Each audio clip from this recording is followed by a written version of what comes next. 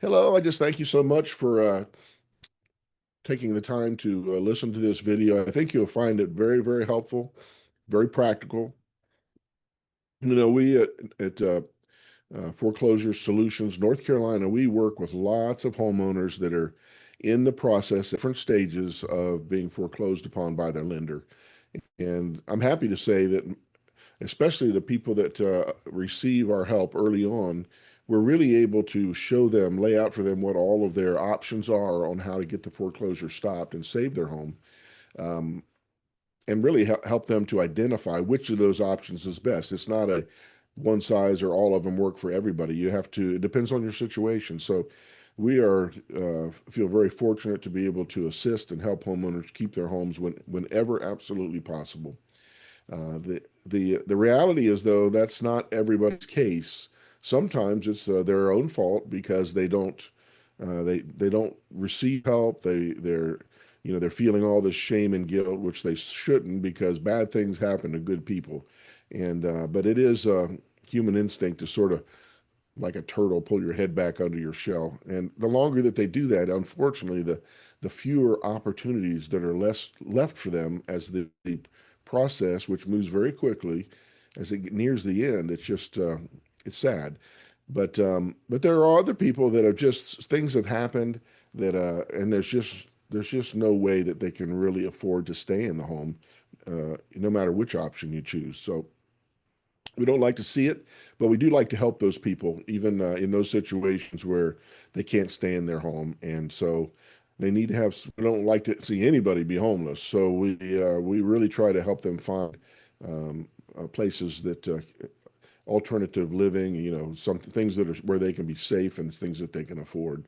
And today, that's I'm actually dealing with the reason I thought about sharing this with you is because we're in the midst of it right now. We have a lady that has waited too long, and I say that, but that's not true. Her situation really wouldn't uh, doesn't afford her the opportunity. She just doesn't have the resources to be able to afford the home or maintain it. And so it is going to end up then her losing the home. She's going to need to either sell it or it's going to go be sold at a foreclosure auction. Um, so we're right in the midst of doing for her exactly what we are going to share with you today, and that is, how do you find a private landlord who accepts tenants with low credit score? And if you're facing a foreclosure and you have a low credit score, finding a new place to rent, it can truly feel overwhelming, and you can fall into a sense of hopelessness, which you should not do.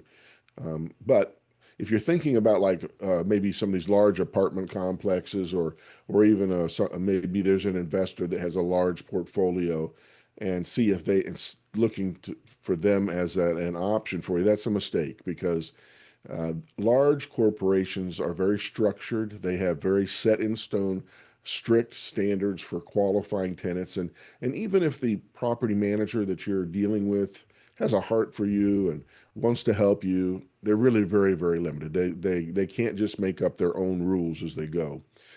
So what you're really looking for is what we would call a private landlord, and that's an individual who owns their property that they rent, and they rent it out. Typically, they usually act as the property manager, and they're renting out their own properties. They can be much more flexible, and so here's how you can find and successfully rent from a private lender, even if you have a less than perfect credit score. So again, why a private landlord is your right option is they're usually more interested in your current situation and your ability to pay the monthly rent than they are your credit score. They might be willing to listen to your story, and consider your circumstances, and maybe consider some alternate forms of proof that you would be a reliable tenant. And you can also have more opportunity to negotiate the terms for the benefit of both of you. Unlike what you get with a large company, they just don't, they always have these rigid policies. So how do you go about finding a private landlord? So I'm going to give you some ideas. Some will be very familiar to you, but These are the places you can find them and the ways you can find them. Number one is the obvious. It's online classified ads and like a Facebook marketplace. Websites, Craigslist, and other local classified ads that might be in local papers. You can find that's where private landlords often advertise their properties. So you want to look for ads that mention things like the owner managed or a private landlord, or maybe it'll even say no credit check. Those are keywords that would be an indicator that this is a private landlord.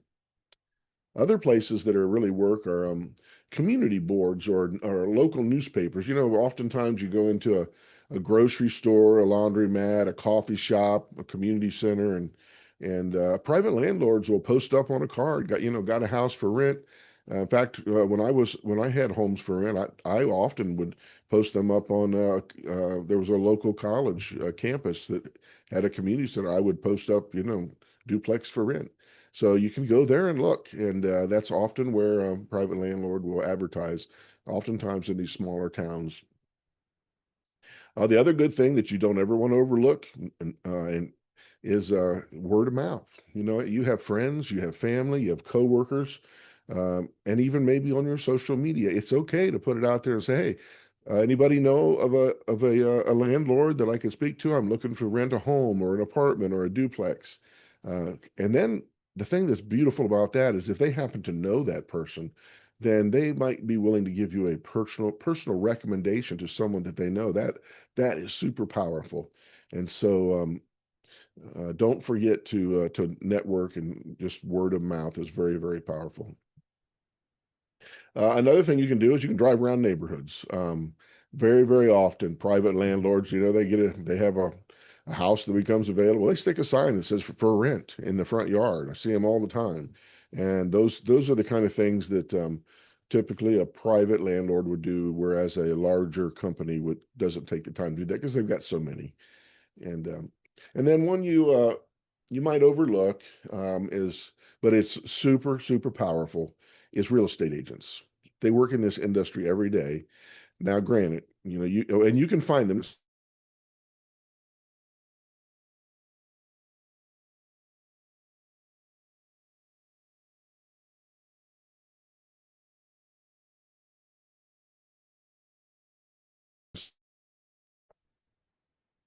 call, call one out there. And so, and when you talk to them, very often they are going to say, "Oh, I don't do rentals."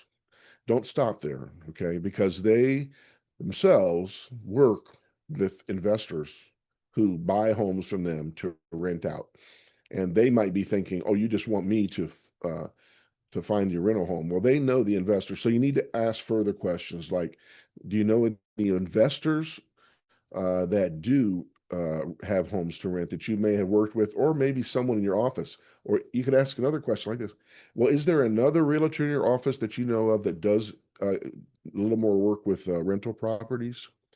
So you have to probe and dig a little bit, but keep a list of those, follow up with those investors or whoever they refer you to, and don't you want to ask them too. You might call that investor. He may say, "Oh, I don't have any available. I just rented my last one last week." Don't let that hinder you. You know what? That investor is a part of other groups, business groups that have other landlords in the area. He knows them. So you want to probe. Okay, I'm sorry I missed that one, but are there any other landlords that might be able to help me? And can I get their name and number so I can call them? So you really, really want to dig in deep to those real estate agents, tap into that source. It's very, very powerful. Now, how do you want to approach these private landlords when you do find one that will to talk with you? Okay, so the first thing I just want to say is, you might as well not hide your situation. When someone is sort of sugarcoating the truth, it's very evident, even if you think you're doing a great job at it. So the best thing is just be explain your situation briefly. Focus on what you're doing now to start moving forward from whatever the cause was that brought on the foreclosure. And you can say like, example would be, I had a foreclosure because, my wife got ill. She was in the hospital. That took all our focus, and we just got behind, and then we couldn't catch up. But since then, she's recovered. She's doing fine. I'm back working again, and we're saving money. And you let them know that you're back on track. Now you are going to have to show proof of income, and if you are dealing with one of the large landlord companies, um, they're like the IRS. They don't consider income anything but a W-2 wage. But if you're dealing with a private lender, you can show them all the places. You might have a little side business. You might sell uh, T-shirts or whatever at the local flea market, or on top of your job somewhere else. So um, they will accept many different sources of income, but you do need to be prepared to show that you have the capacity to pay the monthly rent. Also, you want to, whenever you meet with that new landlord, you're going to apply, you want to be prepared right then, because if you're prepared at the first meeting with all the documents that you would need to show to verify your capacity, capability, uh, that just sends such a strong signal that you are doing the things, you're doing the hard work it takes to get your financial stability back. So take your pay stubs, take your bank statements, take proof of benefits, or if you get child support, or if you get to Social Security or disability, you want to take all that stuff with you so you can show them. The other thing that you want to have with you, and you should work at getting, is you want to get some references. Get your friends, get past landlords, maybe employers, community leaders, that to write you a letter of recommendation. That's so powerful. If you would have those ready in a folder already at your first meeting, he's going to want to work with you because you're showing all the right characteristics of a great tenant. Now, when you're talking to the landlord, I would recommend this. If you have any capability to do this, work really hard to save up a chunk of money, because they're going to ask for a deposit. It's usually 1 month deposit. But if you could be ready to say, listen, I know my credit's low, and I want you to feel really secure about renting to us. We've shown you these references. We've provided the evidence from our bank statements that we're making the sufficient income. But we want you to feel secure.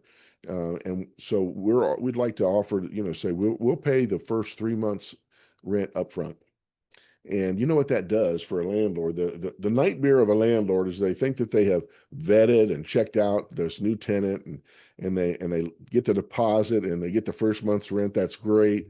And then the second, or maybe the third month comes along, and right away they're late on the paying, or they're not paying, or oh, that just it's terrible for a landlord, because if he made a wrong choice, it's going to be a battle. He's going to lose money on his rents, and so if you can take that fear away from a landlord who's willing to take a chance on you with your low credit, that really is that will really make an impression and really, really help your success rate. And then also, I think it's a good idea to have a personal letter written, stating your situation again, and why you believe you'll be a great tenant, and how you are committed to diligently managing your finances, and how you want him to be. I'll remember you as one of the best tenants you ever had. You really want to write a letter that encourages him to really make a positive decision on your behalf. Now, I do want to sort of put up a red flag, something you do need to be careful of.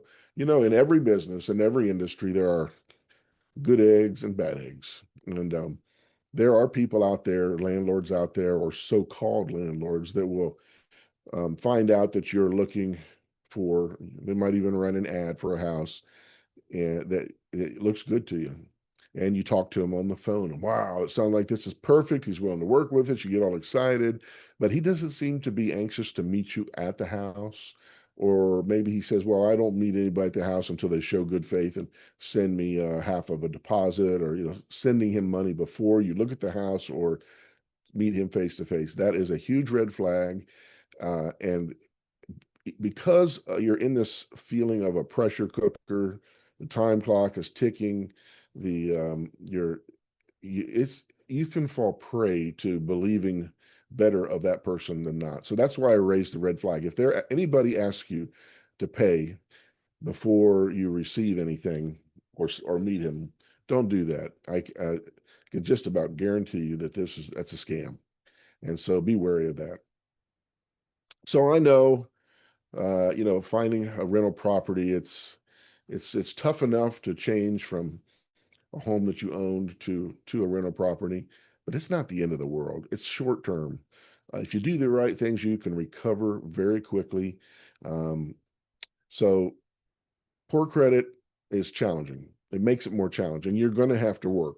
It's not something that you can do casually. You have to be very intentional, but it's not impossible. So if you focus on private lenders, that's the right thing. Be proactive, be honest, be prepared to show why you will be a great tenant. Now, with persistence and the right approach, uh, you can find a safe and comfortable place for you to call home again, right? Even after the foreclosure and the bad credit, you can recover. And so you just need to stay positive in your thinking and do the hard work it takes to find that right private landlord that understands and has a heart to help you. So we want to be here to help you too. If you or anybody you know is struggling with a foreclosure situation, we'd love to help. We have created a website that has a blog page where there's lots of information, things that will help you at every stage of the game. And so you can go there, watch the videos. If you have a question or you'd like to reach out for help, you can just fill out the contact page. We'll be right in touch with you right away. The website is www.foreclosuresolutionsnc.com. So thanks so much for your time. And if you subscribe to this page on YouTube, you'll be notified every time we put out a new article that will help you, which we do weekly. So thank you so much and have a great day.